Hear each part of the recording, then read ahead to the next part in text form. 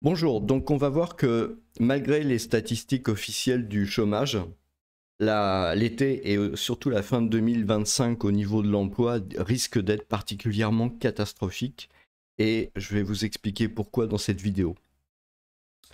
On va commencer par regarder l'opinion des ménages sur le chômage. Donc c'est les derniers chiffres dont on dispose. C'est sorti le 23 mai 2025. Donc ça remonte maintenant à il y a à peu près 3 semaines. Donc ce sont des chiffres qui sont encore valables. Et qu'est-ce qu'on voit? On voit effectivement que l'opinion des ménages sur le chômage eh bien, est remontée extrêmement fortement. On voit le zéro se trouve ici. Donc c'est remonté très très fortement ces dernières années pour vraiment atteindre un pic en 2025, donc en mai 2025 à 61 points, donc parmi les choses les plus élevées. Et si vous voulez, ça c'est l'opinion des ménages sur le chômage, mais il faut bien comprendre que les ménages, ils sont nécessairement en prise directe avec l'entreprise. Je dirais, les familles ont des salariés qui sont dans les entreprises privées, etc. Donc elles voient très bien en fait ce qui se passe. Je vois très bien la situation qui est catastrophique. Donc, si vous voulez, alors c'est pas ces chiffres-là que je voudrais vous montrer, hein, parce que ce que je vais vous montrer, en fait, c'est vraiment des chiffres qui viennent du terrain. Mais avant, je voudrais quand même vous montrer. Ça, c'est les chiffres officiels sur le chômage actuellement au sens du BIT. Donc, c'est ce qu'on peut voir là, hein. France métropolitaine. On voit que les chiffres du chômage au sens BIT sont stables. Moi, je vois quand même un très gros problème avec ces chiffres-là. D'abord, ils sont publiés tous les 3 mois, ce qui est absolument scandaleux et pas normal, puisque les chiffres du chômage devraient être remis à jour tous les mois, de manière à ce que les acteurs de l'économie puissent prendre les mesures sans avoir peur tout d'un coup, hein, sans qu'il y ait des choses qui se passent comme ce qui s'est passé ici ou là,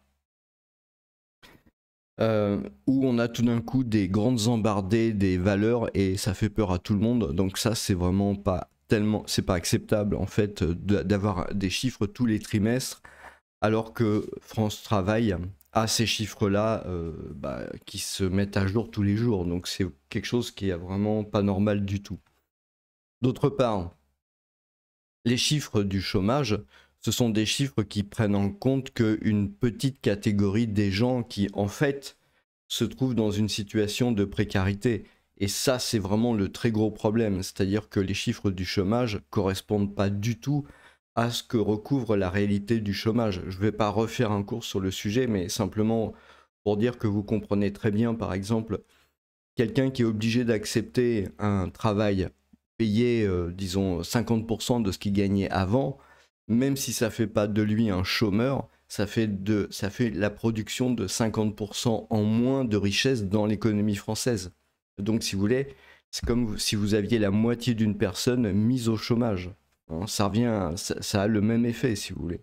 Donc, on est vraiment dans ce genre de problème où finalement vous avez tout un tas de choses qui escamotent la vraie nature du chômage. Vous avez la précarité, vous avez les gens dans le halo du chômage, vous avez les micros et les auto-entrepreneurs qui ne gagnent pas autant d'argent qu'ils le devraient et qui devraient être réintégrés dans les chiffres du chômage. Donc vous avez voilà ce problème-là.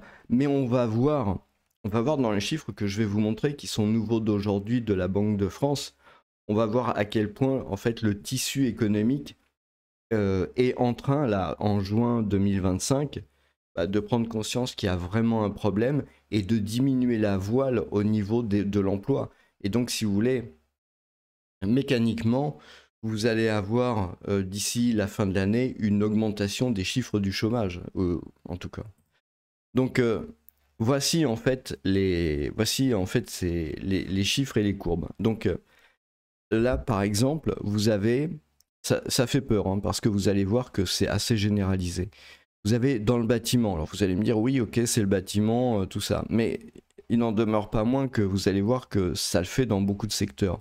Gros œuvre, seconde œuvre. Gros œuvre, hein, c'est la grosse construction, les murs, les charpentes, les fondations. Seconde œuvre, bah, c'est là où s'applique la fameuse MaPrimeRénov'.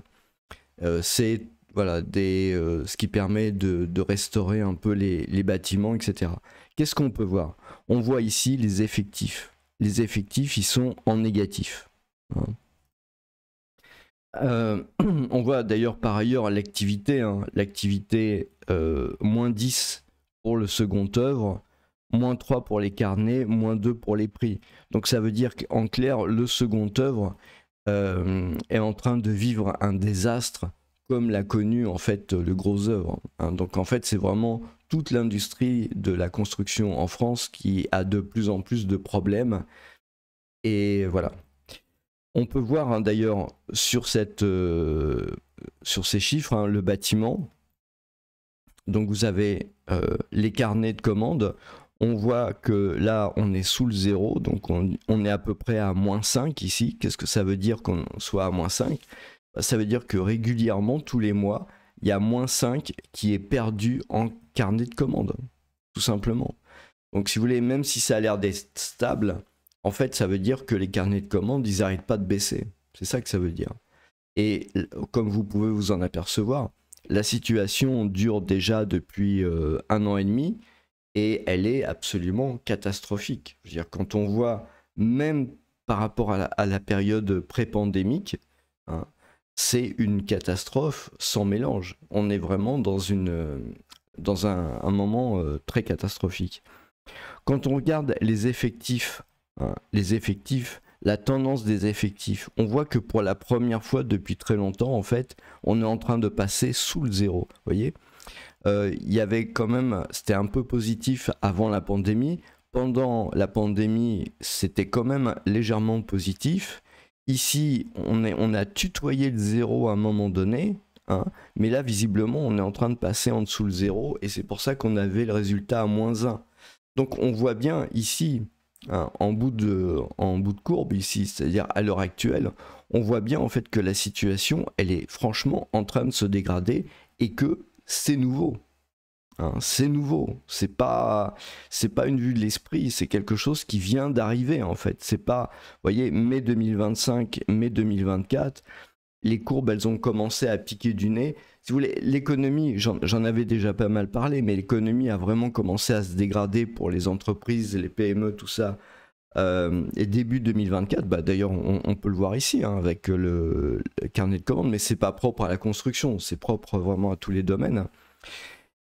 Et on voit par contre que depuis le début de l'année, depuis début 2025, en fait on voit vraiment, là pour le coup, une baisse des devis, une baisse des prix, on passe sous le zéro, donc ça veut dire quoi? Ça veut dire tout simplement que les entreprises, eh bien, elles ont du mal à trouver des clients, donc elles baissent les prix de manière à récupérer des clients. Mais elles perdent de la marge, donc elles perdent de la trésorerie, donc ça explique la situation de la trésorerie. Et on voit la courbe rose, la tendance des effectifs, eh ben, elle passe sous le zéro. Elle passe sous le zéro, et les effectifs passés passent aussi sous le zéro. Donc là, très clairement, c'est vraiment affiché, l'industrie du bâtiment, la construction, en ce moment, commence, hein, c'est nouveau, c'est un mouvement qui a débuté au début 2025, et bien commence à réellement maintenant à perdre de l'emploi. Ça perd de l'emploi, donc c'est sous forme de pas d'embauche ou sous forme de licenciement, mais clairement là vous avez quelque chose qui est très nouveau et je vais vous montrer par la suite hein, pendant combien de temps cette situation elle va durer. Parce que historiquement, il y a des chiffres, hein, c'est pas quelque chose de... Voilà. Quand vous regardez les effectifs, hein, vous regardez ici les effectifs, vous voyez très bien qu'avant c'était 0, et là, exceptionnellement, on arrive sur du moins 1. Donc on voit bien en fait, bon, les carnets de commandes n'ont pas arrêté de baisser, hein, mais on voit bien qu'il y a une situation nouvelle, grave, catastrophique au niveau de l'emploi. Pareil, hein, activité moins 3, enfin bon, on voit vraiment qu'il y a quand même un très très gros souci à ce niveau-là. Alors ensuite, on a activité récréative, service à la personne et activité des ménages en tant qu'employeur. Donc là, pareil en fait, on regarde les courbes. On a l'activité passée, bon, on voit que ça a chuté. On ne peut pas dire que ça soit la faute spécifiquement au mois de mai, parce que c'est des chiffres corrigés des variations saisonnières et des jours ouvrables. On voit que ici c'était pas le cas, on voit que ici c'était pas le cas, on voit que ici c'était pas le cas, là non plus. Donc on peut pas rejeter ça, on peut pas dire que c'est la faute au mois de mai. Il y a un souci, il y a un gros souci en ce moment. Quand on regarde les courbes là, par exemple, on regarde tendance des prix. Tendance des prix, on voit que ça tombe. Mais si on regarde maintenant les prix en instantané, au mois le mois, on voit qu'en fait au mois le mois, les prix passent sous le zéro ici. Alors vous allez me dire oui, mais ils ont déjà passé ici. Ok, oui, tout à fait. Mais si vous voulez, c'est un ensemble de problèmes. Si vous voulez, regardez ici, vous voyez par exemple là, vous avez une courbe, la courbe violette qui va vers le bas et la courbe bleue qui va vers le haut. Elles sont opposées. Ici aussi, elles sont opposées. Là aussi, elles sont opposées. Mais là, c'est tout qui part vers le bas. Donc, vous voyez, déjà, on a deux secteurs d'activité. Activité créative, service à la personne, activité des ménages en tant qu'employeur. C'est quand même pas mal de choses. 6% de la part de la valeur ajoutée dans les services marchands. C'est pas rien, c'est significatif. Qu'est-ce qu'on voit ici? On voit en fait, donc comme je vous ai dit, les prix qui baissent. C'est pas bon signe quand ils passent en dessous du zéro, parce que ça veut dire que vous avez à ce moment-là de la déflation sur les prix. Ça met en difficulté les entreprises, c'est terrible pour les entreprises, mais surtout, quand vous regardez effectif, alors là ça devient une catastrophe terrible, on est à moins 10. Et si vous voulez, vous allez me dire, oui, mais ici aussi, on était à moins 10 et ici aussi. Alors là, c'était mai 2020, quand même un peu particulier, c'était quand même un peu particulier. 2021, c'était quand même aussi particulier. 2022, vous n'aviez pas une situation, je veux dire, aussi synchronisée que là. Là, vous avez tout qui va mal. Là, en fait, c'était pas le cas. Donc, qu'il puisse y avoir une respiration, ça pose pas trop de problème à partir du moment où, globalement, si vous voulez, vous avez une chose qui compense une autre. Là, non, il y a tout qui part vers le bas. Et c'est pareil dans le secteur de la construction. Donc, et là, vous voyez donc bien les effectifs. Là, c'est une situation très exceptionnelle, à moins 10 dans ce secteur. Et c'est quand même le signe qu'il y a vraiment un très gros problème sur l'emploi dans ce secteur aussi. Alors, ensuite,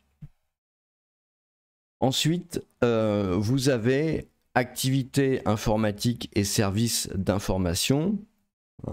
Et quand vous regardez ce secteur, c'est quand même un secteur qui est ultra important pour le business. Je veux dire, tout le business tourne avec l'informatique, c'est tellement évident.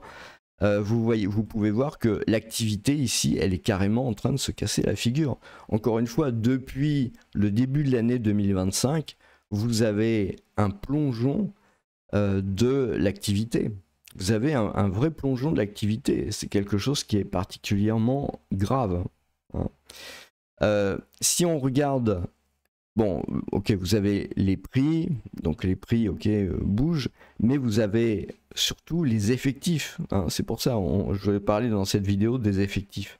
Vous avez les effectifs, activité informatique et services d'information, ici, moins 7. Moins 7.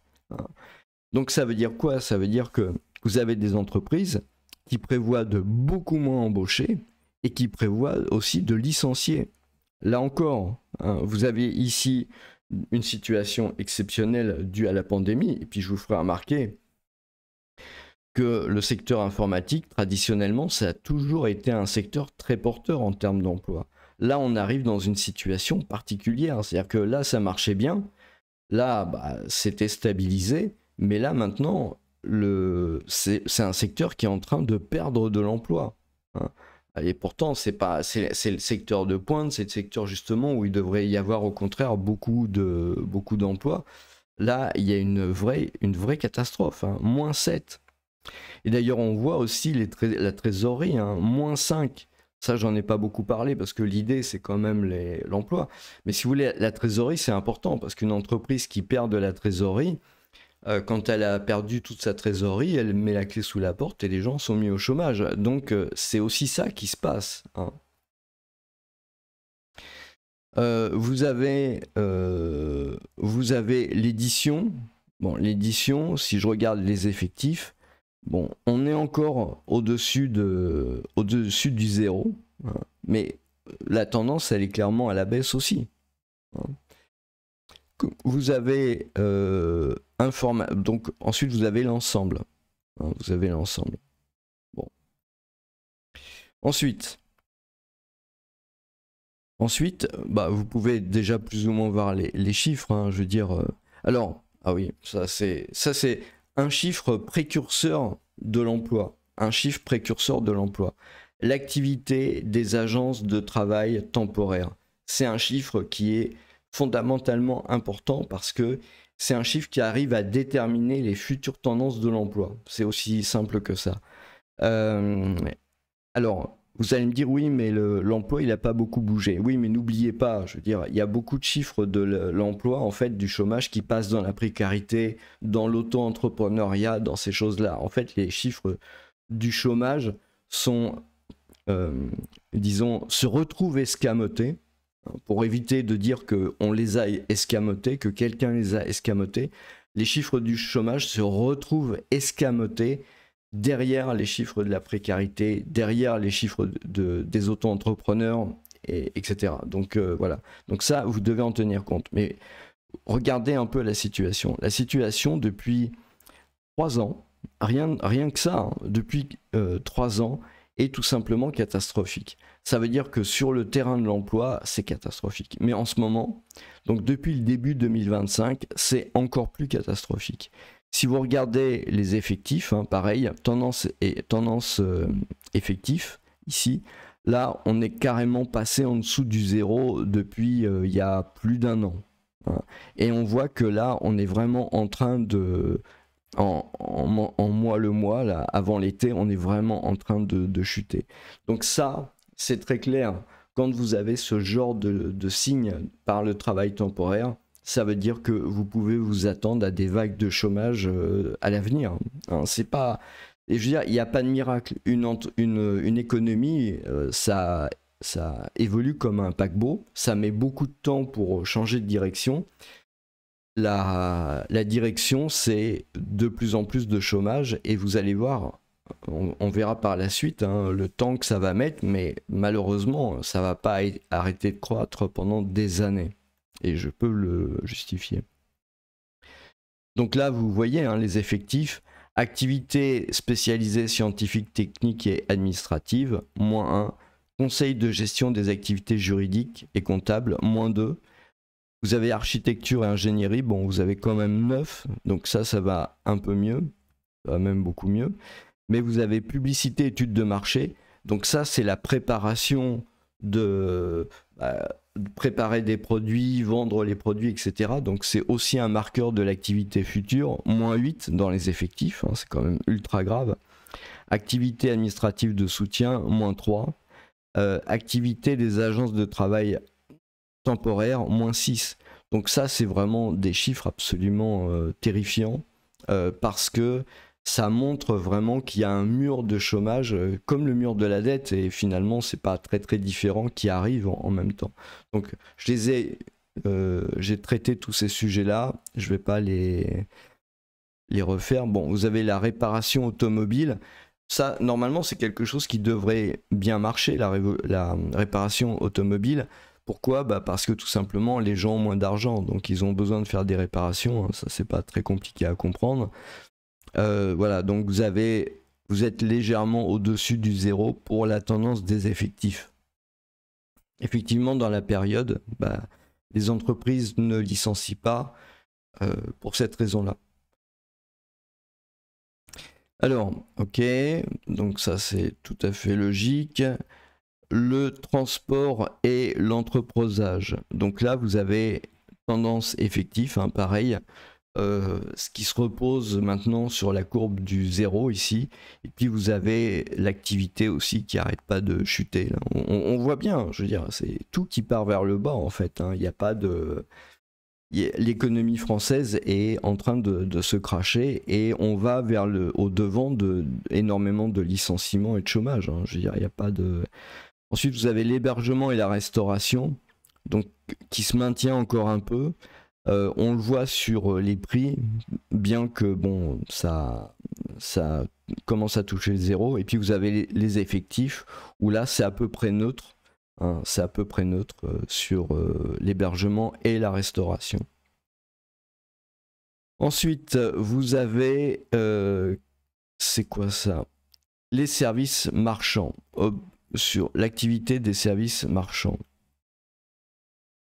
Donc, évolution de la demande globale, hein, c'est abominable, c'est juste abominable. On voit qu'il y a depuis à peu près un an une chute continue de la demande. Hein, et puis là, on voit vraiment qu'on va vers un gros problème.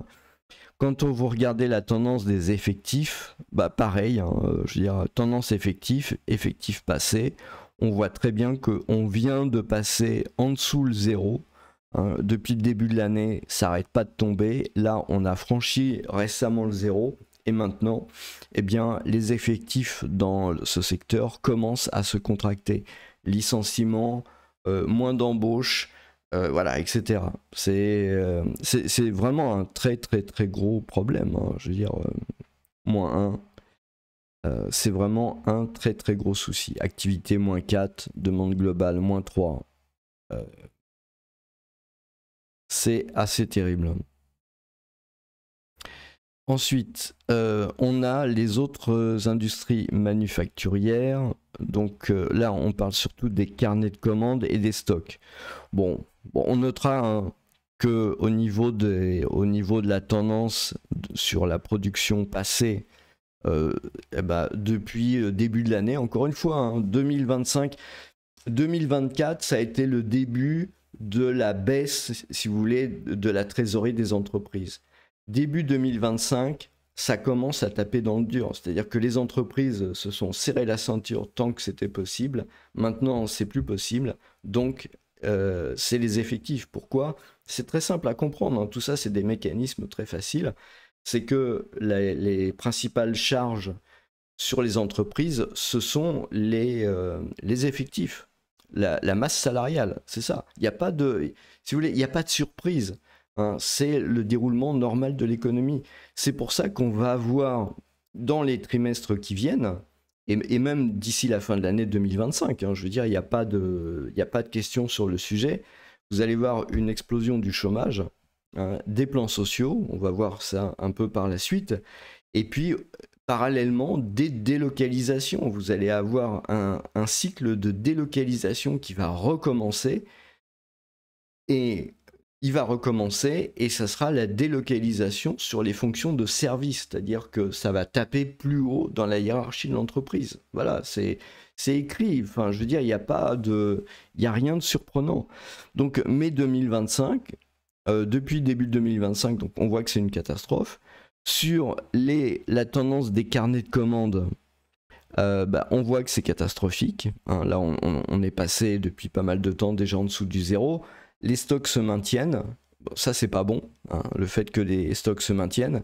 D'ailleurs, à ce sujet-là, il faut quand même noter que dans le PIB, hein, j'avais vu ça dans une vidéo de Marc Toiti, et j'en avais parlé, mais moi je savais pas trop comment faire pour jouer avec ce chiffre des stocks. Dans le PIB, en fait, les stocks sont ajoutés au PIB. Alors que, en fait, la vérité, c'est que c'est une catastrophe pour l'économie. Quand vous avez beaucoup de stocks, ça veut tout simplement dire que la production ne se vend pas. Donc c'est catastrophique pour l'économie. Et malheureusement, ce chiffre-là, il est ajouté en plus dans le PIB. Hein, en plus dans le PIB. Donc en fait, pour avoir le PIB classique, le PIB qui va bien, normalement, il faudrait retirer ce chiffre. C'est-à-dire lui changer son signe arithmétique au lieu d'avoir un plus, il faudrait mettre un moins pour déduire. Et là, on aurait le résultat du PIB qui serait probablement inférieur à 1%. Et on serait en dessous de moins 1% plutôt. Et donc on serait en récession, et ça colle tout à fait avec les chiffres de l'emploi qu'on voit. Hein. Moins de PIB, l'emploi qui baisse, enfin, je veux dire, c'est du cohérent, c'est tout à fait normal que ça se passe comme ça.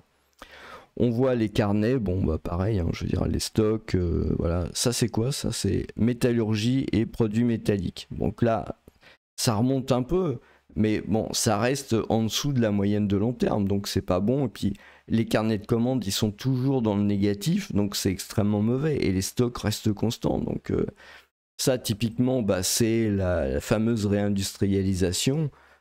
C'est juste faux, pas vrai, c'est des mensonges, c'est n'importe quoi. Il n'y a pas du tout, il y a le contraire de la réindustrialisation. Quand on voit des chiffres comme ça, carnet de commandes à donc je sais pas, hein, peut-être moins 25, une réindustrialisation où il y a de moins en moins d'industrie, d'employés dans l'industrie, de commandes et de choses produites. Oh là là, quelle réindustrialisation! Non mais à un moment donné, je veux dire, les responsables, c'est aussi ceux qui votent pour ces gens-là, hein, quand même. Hein, je veux dire. Faut pas venir se plaindre, hein, je veux dire. Hein. Et d'ailleurs, bon, bref, je vais rester sur le sujet. Industrie pharmaceutique, on voit que ça va pas terrible non plus. Les carnets de commandes sont en dessous le zéro, donc ils sont à la baisse depuis maintenant pratiquement un an. Et les stocks, ils n'arrivent pas à les vendre. Hein. C'est un problème, hein, pour l'industrie des médicaments. L'industrie chimique, c'est pareil. On voit les carnets de commandes sont plus qu'à la baisse. Là, ils forent pour trouver du pétrole. Hein. Et bon, ils sont en train de vraiment de... Et les stocks montent. Donc c'est vraiment catastrophique, quoi.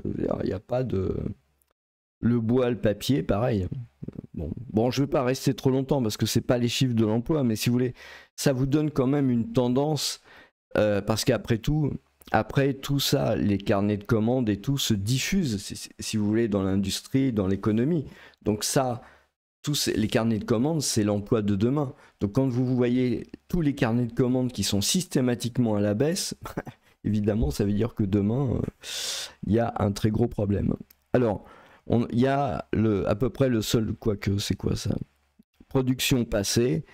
On voit que les matériels de transport, c'est pas terrible. Hein. C'est là encore depuis. Bon, ça fait 3 mois, disons que ça se passe mal. Il y a eu des à-coups avant, mais on voit que la courbe, quand même, elle est pas super. Hein. Alors par contre, au niveau des carnets, on voit que la tendance des carnets de commandes, elle est élevée, même si elle n'a pas rejoint le niveau d'avant la pandémie, hein, quand même. Hein. Oui, c'est ça. Et quant au stock, bah, malheureusement, ils sont aussi en hausse et plus qu'avant la pandémie. Donc ça, c'est pas vraiment une bonne chose. Bon, l'avantage, c'est que c'est quand même pas négatif. Bon, mais voilà. L'industrie automobile. Bon, l'industrie automobile, c'est un peu comme la construction, ils ont décidé de se la faire, donc ils se l'ont faite, quoi. Je veux dire, l'industrie automobile, voilà, on voit que ça va de mal en pire. Les carnets sont à moins 20, depuis déjà, ils ont passé sous le zéro depuis 1 an et demi. Voilà, les stocks, c'est un peu mieux, mais enfin, globalement, c'est quand même pas génial. Hein. Ensuite, vous avez les carnets de commandes. Bon, voilà. Bon, c'est du négatif, mais bon, je vais quand même pas. Voilà, ça aussi, équipement électrique, produits informatiques, électronique, optique, c'est du négatif. Les carnets, c'est vraiment catastrophique. Hein. Je veux dire, quand on voit tous les carnets, en fait, sont catastrophiques. Hein. Donc ça veut dire que, en fait, il va y avoir vraiment des problèmes. Ouais, c'est négatif. Même si on a l'impression que ça remonte, il faut jamais oublier que c'est solde d'opinion, ça veut dire de mois en mois. Donc le fait que ça soit dès que c'est négatif, en fait, ça veut dire que ça baisse. Hein. Le fait que ça remonte, ça n'a pas de valeur tant que c'est pas passé au-dessus du zéro, en fait. Donc si vous voulez, tout ça, c'est le signe d'une dégradation future de l'emploi. Hein. Il n'y a pas de, il n'y a pas de choses, quoi.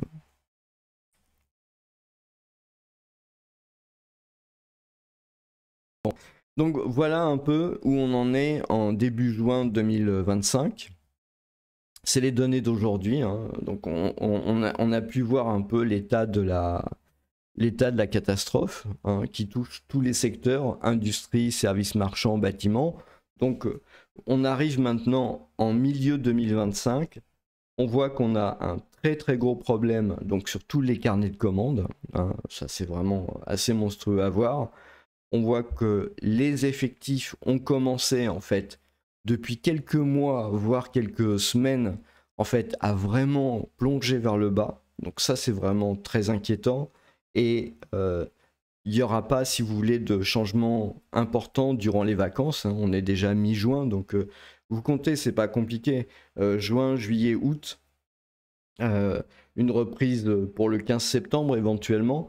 Donc là, on est parti pour 3 mois de soucis sur l'emploi.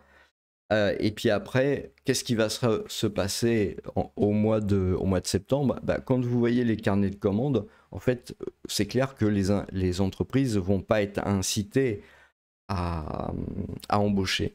Et puis vous avez ce fameux chiffre, hein, qu'il ne faut jamais perdre de vue, qui est le chiffre des défaillances, des faillites d'entreprise, qui est à son maximum historique. C'est un maximum historique. Donc on est vraiment dans une situation de crise terrible au niveau de l'économie française. Malheureusement, il y a des problèmes de dette publique. L'État est endetté par les Mozarts de la finance. Donc, contrairement à ce qui s'est passé auparavant, il n'y aura pas d'aide en direction des entreprises. MaPrimeRénov', qui est l'exemple type d'aide qui était là, justement, qui pouvait soutenir un peu l'économie, a été subrepticement escamoté jusqu'au 15 septembre. Donc, vous allez avoir 2 mois à 3 mois de manque de MaPrimeRénov', mais c'est parce que le secteur de la construction a mis le holà à ce truc-là. Et il ne faut pas vous leurrer, en fait, les 3,6 milliards, ils iront les chercher ailleurs. Mais ça montre bien que le problème, c'est que l'État ne peut plus aider les entreprises. Hein. Il ne peut plus les aider. Alors il va prendre à Paul pour donner à Jacques. C'est celui qui va crier le moins, qui va se faire pigeonner. Mais c'est comme ça. Contrairement à tout ce qui s'est passé auparavant dans les dizaines d'années précédentes où il y avait des aides aux entreprises, où il y avait un amortisseur social, toutes les crises qui ont été passées, en fait, la France a réussi plus ou moins à s'en sortir. Là, la crise de 2024, 2025, etc., la France et surtout les Français, malheureusement, vont se prendre le fond du gouffre, mais sans airbag, sans parachute, sans rien. Ça va être terrible. Je voudrais quand même montrer aussi un autre graphique qui est extrêmement important, hein, je veux dire, qui est vraiment très très important. C'est pour comprendre, si vous voulez, l'évolution des chiffres du chômage. Il faut bien comprendre que les chiffres du chômage, ils n'évoluent pas comme un cours de bourse. C'est-à-dire du jour au lendemain, vous n'avez pas tout de suite 1 million de chômeurs. Ça ne marche pas comme ça. Vous avez le tissu économique en fait qui se dégrade petit à petit et ça prend des années avant que les chiffres du chômage atteignent leur maximum. Donc si vous voulez, pour l'instant, on est dans un plat qui correspond à peu près à ça. Donc en fait, vous voyez là, en fait, ces fonds de vallée correspondent à peu près aux crises économiques donc, qui ont eu lieu. Alors, je suis vraiment désolé parce que c'est écrit en patte de mouche, donc c'est pas compliqué, hein. Si vous voulez retrouver ce graphique-là, vous allez sur Wikipédia et vous allez trouver nombre de chômeurs en France par trimestre de 1975 à 2021 en milliers. C'est intéressant parce que c'est pas 2025, mais c'est pas grave en fait. C'est histoire de comprendre le mécanisme. Hein. Donc si vous regardez par exemple le premier fond de vallée ici, hein, ah bah ouais, peut-être ça peut être plus sympa comme... Ouais, non, on voit pas grand chose. Donc le premier fond de vallée ici, hein. Le premier fond de vallée ici, on s'aperçoit que c'est la crise des années 90. La crise des années 90 a été une crise terrible. Justement, le bâtiment à l'époque, hein, les travaux publics avaient vraiment souffert énormément de cette crise. Ça avait été vraiment une crise absolument terrible. Donc à l'époque, hein, vous voyez le chiffre, c'est 2 millions de chômeurs. Mais ça, c'est le moment de la crise. Mais ce qu'il faut bien comprendre, c'est qu'ensuite, vous avez une augmentation comme ça du chômage, parce que vous avez une dégradation du tissu économique. C'est comme un jeu de dominos, si vous voulez, mais les dominos, ils ne tombent pas tout de suite. Il y a un certain temps avant qu'un domino fasse tomber un domino un peu plus grand, puis un peu plus grand, puis un peu plus grand. Et tout ça, ça prend... Donc là, ça commence dans les années... Ça commence en 90-91, et si vous regardez ici, donc... Là, vous êtes entre 3000 et 2005. Donc ici, vous avez à peu près 2,7 millions. Donc ça veut dire entre là et là, vous avez 700 000 personnes de plus au chômage. Hein, c'est ça que ça veut dire. Eh bien, si vous regardez ici, vous êtes en 1995 à peu près. 94, 95, enfin à peu près. Donc si vous voulez, vous avez une montée ici de à peu près 3 à 4 ans du taux de chômage. Hein. C'est assez évident aussi, si vous regardez, je sais pas, ce fond de vallée là par exemple, hein, pareil, donc c'est parti à 2 millions. Si vous regardez en bas, c'est la crise des valeurs techno. Donc la crise des valeurs techno, vous pouvez voir, vous avez une montée comme ça, donc en 2000, hein, vous avez une montée avec, c'est vrai, la crise de l'euro. Qui va monter jusqu'à 500 000 chômeurs de plus. Et si vous regardez, bah, vous allez tomber en 1004, voilà, 2004 à peu près. C'est vraiment écrit très petit, je suis obligé. Donc ça fait à peu près 3-4 ans, pareil, de montée du chômage. Si vous regardez la crise des subprimes, hein, qui arrive ici, alors pourquoi est-ce qu'on est à un chômage très bas? Bah, tout simplement parce que vous avez eu beaucoup de crédit qui a été lâché dans l'économie, vous avez eu une baisse très forte des taux d'intérêt à tous ces moments-là, et donc si vous voulez, ça a fait baisser les chiffres du chômage. Hein. C'est pas la bonne politique de tel ou tel homme politique qui est absolument pour rien, mais qui fait que être sur la vague comme le surfeur, hein. Je veux dire, c'est pas lui qui fait les vagues. Hein. Donc vous vous retrouvez ici, donc pareil, quand on regarde ça, là on est en à peu près 2008, à peu près, hein. C'est pas très facile à regarder. Donc pareil, 2 millions de chômeurs. Hein. Et donc ça va monter comme ça jusqu'à 3 millions de chômeurs. Donc là vous avez 1 million de chômeurs supplémentaires, mine de rien. Hein. Et là vous vous retrouvez en 2013 à peu près. Voilà, 2013-2014, le haut de la montée. Hein. Donc là, vous avez à peu près 5 ans de montée de chômage. Donc si vous voulez, le truc, c'est qu'à l'heure actuelle, on est à peu près, donc à cet endroit-là, à peu près, on est retourné en fait sur les niveaux de 2 millions de chômeurs. Et il va se passer simplement la même chose. C'est-à-dire que vous allez avoir le chômage qui va réaugmenter comme ça pendant 3 ans, ou 4 ans, ou 5 ans, et qui va se retrouver après sur des niveaux à plus 500 000 chômeurs, plus 1 million de chômeurs. Bon, pour l'instant, c'est un peu difficile à deviner, mais en tout cas, le problème, il est bien là. Si on trace une courbe comme ça, hein, on peut voir que vous avez une augmentation du chômage. Peut-être qu'on peut avoir une augmentation du chômage en fait vers les je sais pas, 3 700 000 chômeurs, 4 millions de chômeurs dans les 5 ans qui viennent. Donc en 2030, en fait, vous pouvez éventuellement présumer qu'il peut y avoir aux alentours de 4 millions de chômeurs en France. Suite à la crise économique qu'on est en train de vivre. Voilà, c'est pas compliqué. Et je dis ça parce que avec la dette monstrueuse, la dette publique, hein, qui a été créée par les Mozart de la finance, on voit bien en fait qu'il n'y a plus rien pour aider. Parce que si vous voulez, ici, dans toutes les crises, là, dans toutes les montées, en fait, les montées, elles ont quand même été plus ou moins absorbées par le fait que les entreprises ont été aidées à l'époque. Hein. Donc, le chômage, on le voit sur le chômage des jeunes. Hein. La ligne noire ici, c'est le chômage des jeunes. En fait, il y a beaucoup d'argent qui ont été dépensés pour les jeunes. Il y a beaucoup d'argent qui ont été dépensés pour les jeunes pour maintenir leur niveau de chômage le plus bas possible. Hein, parce qu'on voit bien que sinon, ça devrait suivre les courbes des autres classes d'âge. Or, il y a proportionnellement, on voit par rapport aux années 70-80, on voit qu'il y a beaucoup moins de jeunes au chômage dans les chômeurs qu'auparavant. Alors qu'auparavant, ça constituait quand même la plupart des gens.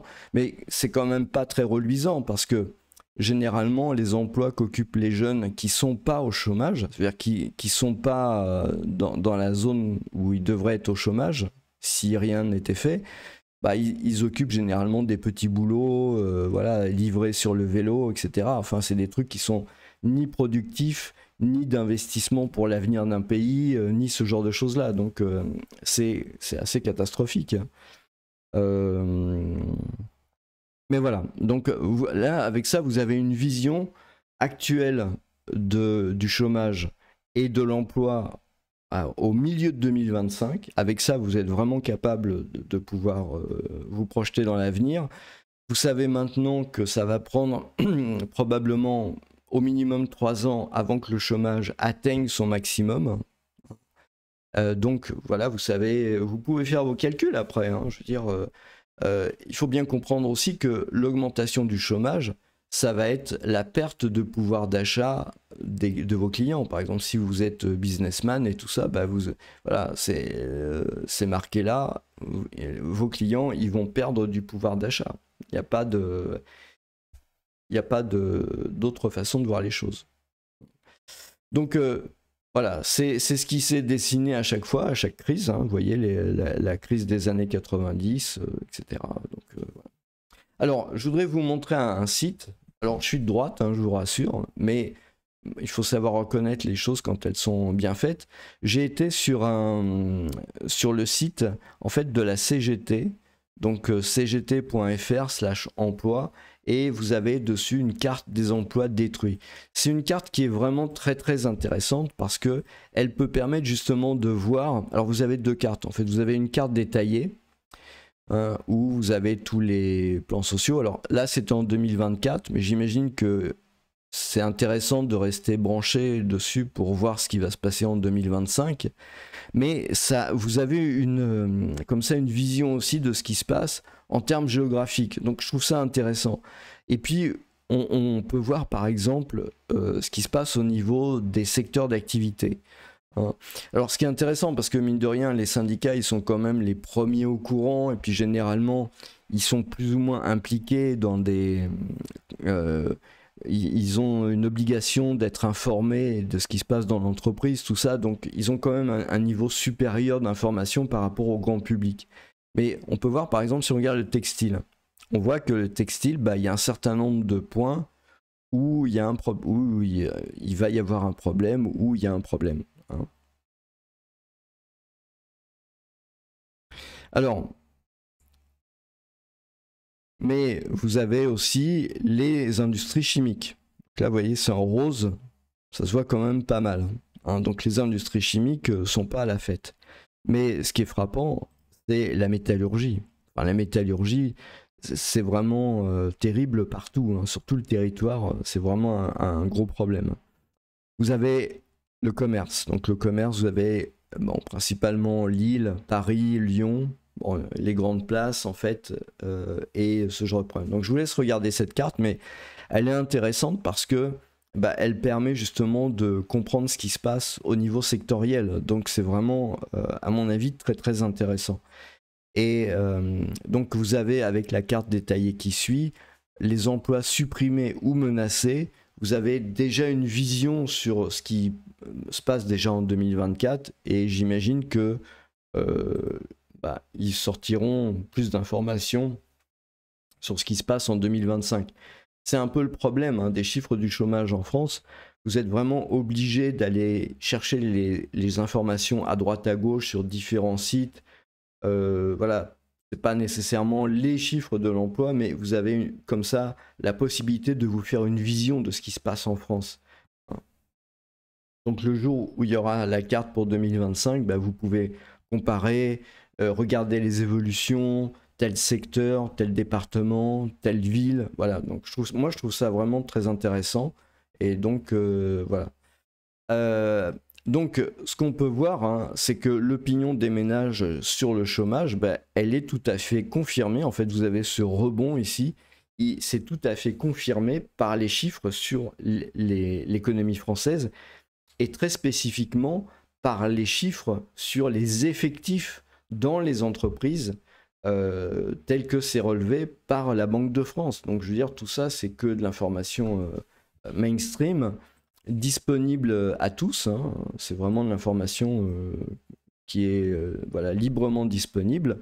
Vous avez l'INSEE, tout ça. Donc avec ça, vous avez vraiment un tableau du chômage et du futur de l'emploi en France. Et la conclusion qu'on peut en tirer, c'est à la lumière de ce graphique qui a toujours été le même au final, on peut comprendre très facilement que les années qui vont venir, les 3 à 5 années qui vont venir, vont être particulièrement dures. C'est-à-dire qu'il ne faut pas espérer une reprise de l'économie et une reprise quelque part avant 2029, 2031, 2032. Il n'y aura pas de reprise, il n'y aura pas de mieux dans l'économie avant ces dates-là. Parce que il y a visiblement un très très très gros problème. Donc, alors, à moins qu'éventuellement il y ait une politique très particulière, à moins qu'il y ait tout d'un coup un secteur spécial de l'économie dans lequel l'État, avec la permission de l'Europe, veuille injecter beaucoup d'argent et des investisseurs. Parce qu'il ne faut pas oublier ça. Il ne faut pas oublier que la situation que je vous décris, c'est une situation toute chose égale par ailleurs. C'est très très important ça. C'est extrêmement important. La situation que je vous décris là, c'est la situation avec les chiffres tels qu'on peut les lire officiellement sur la Banque de France. Les faillites d'entreprise, les notes de conjoncture, les chiffres du chômage et puis les opinions des ménages sur le chômage. Donc si vous voulez, voilà, c'est comme ça. Et on présume qu'il n'y a pas d'événement particulier ou qu'il n'y ait pas des décisions particulières, folles, qui soient prises à un moment donné. Et donc, c'est pour ça qu'on peut se projeter comme ça jusqu'à des horizons de 3 ans, de 5 ans. Ça veut dire, on peut dire effectivement, il va y avoir une augmentation du chômage jusqu'en 2018 ou en 2030. On peut peut-être même dire que le maximum peut se situer entre ces deux dates-là, pour commencer à entamer soit un plat, soit une descente. Donc ça, c'est quelque chose qui est envisageable, mais attention, c'est avec les données dont on dispose ici. S'il devait y avoir un choc particulier, je pense par exemple, normalement, tout ce qui est tarifs douaniers américains, tout ça, chinois, etc., tout ça, c'est déjà compris dans les cours. Mais s'il devait y avoir un choc particulier, je pense par exemple à une augmentation des taux d'intérêt de la dette de la France, et ce qui sert à emprunter pour les gens pour acheter leur logement, ou acheter de l'immobilier, ou pour les entreprises pour avoir plus de trésorerie. Donc si jamais les taux devaient vraiment monter significativement à la hausse pour la France, parce que y aurait un problème de notation ou ce genre de choses-là, si le taux de crédit, par exemple, les OAT, prenez, je sais pas, 1, 2, 3 ou 4%, à ce moment-là, ça change complètement la donne. Ça veut dire que les faillites d'entreprise s'accélèrent, hein. Ça veut dire que les faillites d'entreprises s'accélèrent. Donc ça veut dire que les effectifs vont nécessairement chuter beaucoup plus rapidement. Et donc à ce moment-là, on arrive sur des crises qui peuvent être assez... avec une montée du chômage qui peut être assez importante. Encore une fois, l'État français n'a plus les moyens qu'il avait pendant toutes ces dizaines d'années d'agir sur l'économie française. Là, il s'est vraiment coupé absolument tous les moyens. Je répète encore une fois, hein, parce que ça a l'air d'être difficile à rentrer, mais quand vous élisez des gens qui n'ont pas d'expérience, qui sont des gens qui ont moins de 60 ans, qui connaissent pas la vie, qui n'ont rien créé, qui n'ont rien fait, et il ne faut pas vous étonner qu'après, le truc va dans la catastrophe. Mais bon, après tout, je veux dire, quelque part, c'est votre emploi, hein.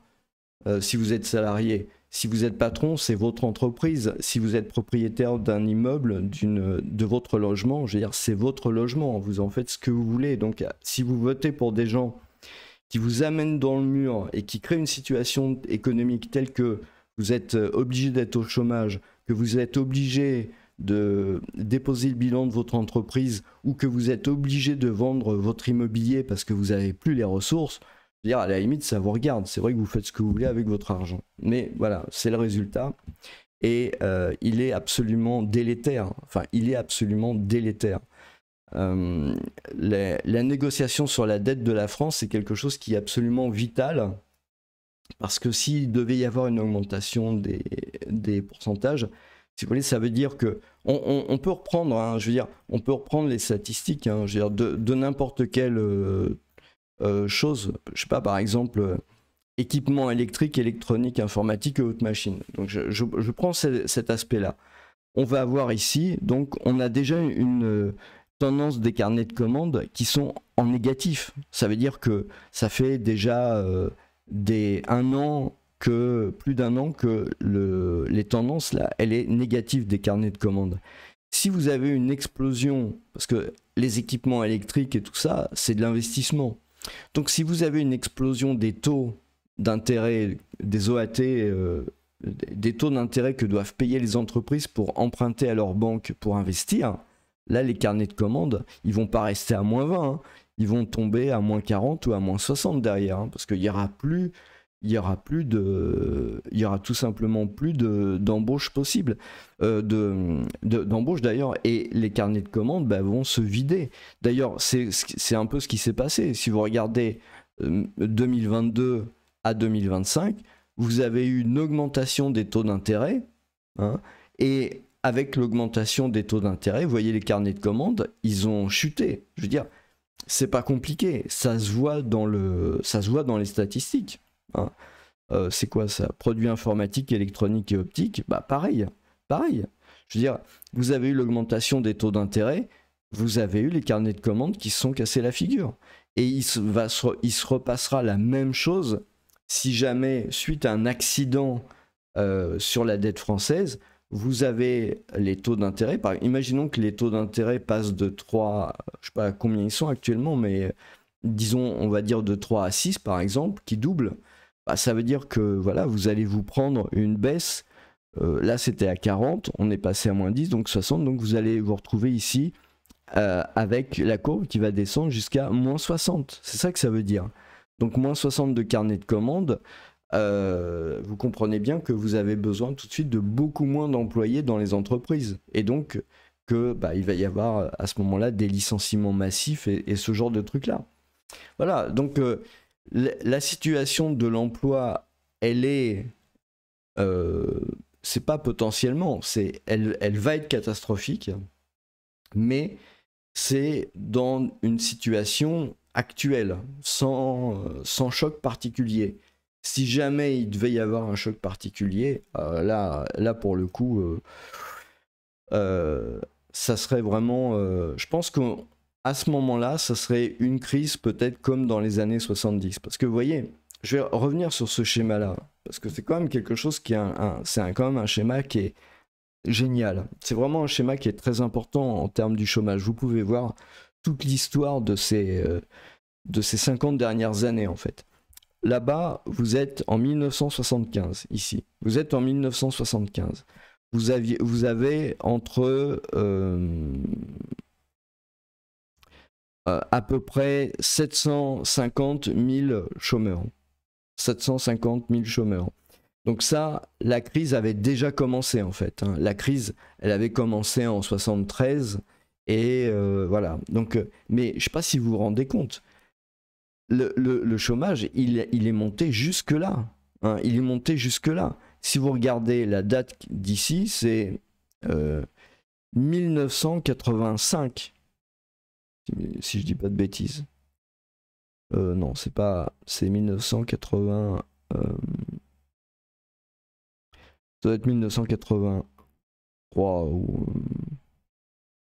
Les chiffres sont vraiment très petits, donc c'est très dur à lire en fait.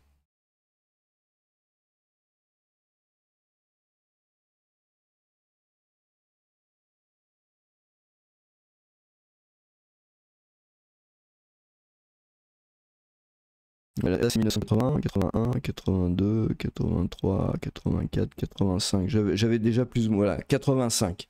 Donc, si vous voulez, la montée là, du chômage, elle est passée de 750 000 chômeurs à 2 millions, 250 000.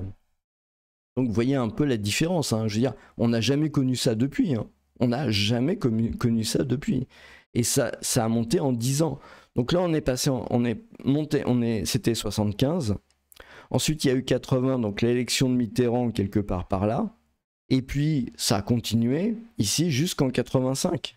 Hein. Donc vous avez eu une décennie de montée de chômage. L'époque était très très dure. Je vois plein de gens qui disent les années 70-80, c'était des années cool. Je me demande pour qui. Pour les gens qui étaient riches à l'époque, peut-être. Je veux dire, effectivement, si votre famille est une famille de riches, je comprends tout à fait que vous pensez que les années 70 et 80, c'était des années bénies. Mais ce n'est pas le cas du tout. En fait, les gens avaient la peur au ventre en revenant chez eux d'annoncer à leur famille qu'ils avaient été licenciés, ou ils partaient le lendemain au boulot avec la peur au ventre d'être licenciés. C'était ça la réalité de ces années-là. Et donc, on le voit parce que vous avez une montée du chômage pendant très longtemps. Si vous voulez, c'est pas pareil d'avoir une montée du chômage comme ça pendant 10 ans qui ne s'arrête pas, hein, qui n'arrête pas de croître. C'est pas du tout pareil, c'est pas du tout la même psychologie que même si vous êtes plus haut, ici vous avez un chômage stable, hein, ou comme ici, ou comme là, vous avez un chômage qui est beaucoup plus haut en fait que là, mais en fait il diminue. Donc quelque part, la psychologie, elle n'est pas du tout la même. C'est ça aussi qu'il faut bien prendre en compte. Hein. Et là, vous avez eu... Alors, si jamais la France devait se payer maintenant 10 années de hausse de chômage, comme ça, là, pour le coup, c'est pas 4 millions de chômeurs. Hein. Il faut viser les 5 millions de chômeurs, par contre. Hein. Au bout de 10 ans, ça veut dire en 2035... Bah, vous imaginez une France avec 5 millions ou plus de chômeurs. Donc c'est ça le truc. Mais ça, c'est en cas d'accident. Hein. C'est au cas où il y a un accident sur les taux de crédit. Voilà. Mais malheureusement, c'est dans cette situation que les gens pour lesquels vous avez voté ont mis le pays. Hein. Donc voilà. Après, c'était peut-être pas le mandat que vous leur aviez donné. Hein. Mais ça, à la limite, c'est entre eux et vous. Hein. Donc voilà, en fait, voilà un peu où ça en est. Donc, qu'est-ce qu'on peut dire de... Parce que, bon, en regardant un peu l'histoire, pour pas partir sur une note un peu trop négative, comment vous pouvez faire dans ces cas-là? Qu'est-ce qu'il y a comme solution possible? Alors, une solution assez simple, parce que la France est dans un cas particulier. L'Europe n'est pas dans ce cas-là. Je veux dire, la situation de la France en 2025, elle est particulière à la France. L'Europe n'est pas dans cette situation-là. Elle est dans une situation qui n'est pas bonne, c'est vrai, mais les Français ont trop joué avec la dette publique et maintenant, c'est plus gérable. Hein. Les agences de notation internationales ne refusent pas de noter le Portugal, l'Italie, l'Espagne, même la Grèce, ils refusent pas de les noter. Ils les notent et voilà. Donc c'est quand même un signe très très grave. Enfin, encore une fois, je veux dire, c'est quand même un signe qui est extrêmement grave. Donc une possibilité pour cette crise-là, qui concerne la France, c'est l'expatriation. De la même façon que les Grecs ou les Portugais sont partis de leur pays en masse, de manière très importante, parce que dans leur pays, il n'y avait plus de boulot, il n'y avait plus d'espoir, etc. La France, c'est pareil. Ça veut dire il y a une solution pour pas se retrouver vraiment à la rue, c'est l'expatriation. Trouver du travail ailleurs, apporter son savoir-faire ailleurs, créer l'emploi ailleurs, créer un business. Encore une fois, les Français sont très bons pour ça. Ils sont très recherchés dans les postes de responsabilité. Donc, si vous voulez, il n'y a aucun problème pour partir en expatriation. Je ne dis pas, bien entendu, que vous allez être reçu à bras ouverts. C'est pas du tout ce que je veux dire. Mais dire, voilà, vous avez des atouts. Contrairement peut-être à d'autres, vous avez vraiment des atouts parce que vous avez l'éducation française, etc. Bon. Donc c'est une première possibilité. L'autre possibilité, c'est, si j'ose dire, la conservation de votre travail. Vous êtes salarié, typiquement, vous avez un travail, mais vous avez un travail qui est très particulier. Je sais pas, vous êtes par exemple aiguilleur du ciel, contrôleur de train. Donc ce sont des choses qui sont indispensables en fait aux infrastructures du pays. Vous avez un savoir-faire dans le domaine, donc vous pouvez être chez un fabricant de matériel ou de logiciel sur ce type de choses-là. Vous avez un savoir-faire très particulier, ça peut pas être délocalisable par exemple. Donc voilà, vous pouvez garder votre boulot, même si vous n'êtes pas dans le public, mais voilà. Une autre possibilité, c'est de vous former sur des techniques ou sur des choses qui sont indispensables. Par exemple, dans ce genre de situation, les gens ont plus d'argent, donc qu'est-ce qu'ils font? Ils font réparer. Donc vous avez la possibilité, vous pouvez vous installer comme cordonnier, comme pour réparer les chaussures, voilà, pour réparer les ordinateurs, les smartphones et des choses comme ça. Pourquoi vous croyez qu'il y a plein de magasins qui sont tenus par des gens qui viennent des pays en voie de développement? Parce que justement, je veux dire, ils ont l'habitude dans leur pays en fait de travailler sur ce genre de sujet. Parce que les gens dans ces pays-là, ils n'ont pas beaucoup d'argent, donc un smartphone, ils ont besoin de le faire réparer et pas d'en acheter un autre. Enfin, je veux dire, ça marche pas comme ça. C'est pareil pour tout un tas de choses. Donc, si vous êtes dans la réparation, dans les choses comme ça, voilà, c'est possible. Mais attention, il faut que ce soit la réparation de choses indispensables. C'est indispensable d'avoir des chaussures, donc voilà, c'est un bon plan. C'est indispensable d'avoir un ordinateur ou un smartphone, donc c'est un bon plan. Au bout d'un moment d'ailleurs, peut-être l'ordinateur c'est trop cher, donc le smartphone tient lieu d'ordinateur et de smartphone et de téléphone, etc. Donc, et de photos et tout ce que vous voulez. Donc c'est pour ça aussi, pourquoi vous croyez que TikTok par exemple s'est développé? C'est justement parce que ça s'est développé dans des pays où les gens n'ont pas beaucoup d'argent et donc les usages sont différents et on cherche à faire au moins cher. Donc voilà, voilà quelques pistes en fait, quelques pistes. Alors après, vous avez les entreprises. Les entreprises, c'est un peu pareil en fait. C'est-à-dire que soit votre entreprise, elle a une expertise indispensable, soit elle arrive à se mettre sur un créneau où voilà, c'est possible de faire économiser beaucoup d'argent aux gens, où j'avais vu dans un commentaire l'opposé, c'est-à-dire au contraire, faire du grand luxe pour les gens qui ont vraiment beaucoup d'argent. Mais à ce moment-là, il faut assurer au niveau qualité, hein, évidemment, c'est vraiment un autre sujet, mais voilà, faut... Et vous avez la recherche forcenée de business sur les marchés étrangers. Donc là, on revient en fait dans la problématique de l'expatriation. Il faut aller exporter, parce que si vous exportez pas, votre boîte va couler. Enfin, si vous n'avez pas de l'argent frais qui vient de l'extérieur, c'est terminé, c'est cuit. Et puis, il faut arriver à comprendre quelle est la dynamique de votre secteur et pas attendre le dernier moment avant de prendre les mesures qui s'imposent. C'est pas plus compliqué que ça. Ça sera de plus en plus difficile, hein, parce qu'à un moment donné,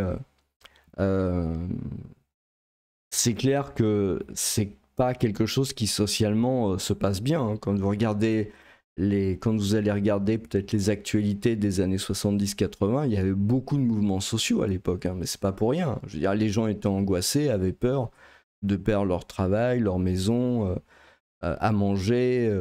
Il y avait beaucoup de divorces à cause de ça. Parce que bah, malheureusement, il y a beaucoup de divorces quand il y a des crises économiques, hein, c'est comme ça. Bon, je vais pas élaborer sur le sujet plus que nécessaire. Vous avez aussi d'autres comportements terribles dans ces périodes-là. Et donc, c'est vraiment le genre de choses il faut tenir compte. Voilà, bah écoutez, je pense avoir assez parlé sur le sujet. Pour moi, c'est une vidéo essentielle de la chaîne, je vous le dis, hein, parce que c'est vraiment un marqueur d'étape. Et bon, j'espère qu'elle pourra vous apprendre et vous aider à surmonter ces difficultés. Voilà, je vous remercie et je vous souhaite une très bonne journée.